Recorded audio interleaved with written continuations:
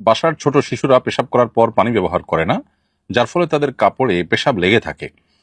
এমন শিশুদের কোলে নিলে আমার পোশাক বা শরীর নাপাক হবে কিনা, নাপাকি লেগেছে কিনা এ বিষয়ে নিশ্চিত না হলে বা কাপড় শুকনো থাকলে পবিত্রতার বিধান কি?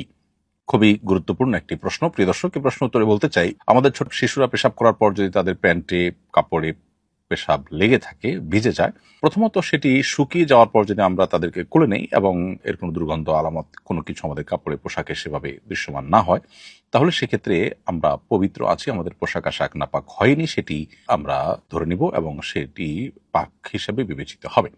আর যদি তাদের পোশাকের যে আর্দ্রতা বা নাপাকি সেটা আমাদের কোলে নেওয়ার ফলে যদি আমাদের শরীরে বা কাপড়ে লেগে ভিজে যায়, তাহলে সেক্ষেত্রে অবশ্যই যে অংশটুকু ভিজেছে সেটুকু নাপাক হিসেবে বিবেচিত হবে এবং সেটি ধুয়ে পাক করতে হবে।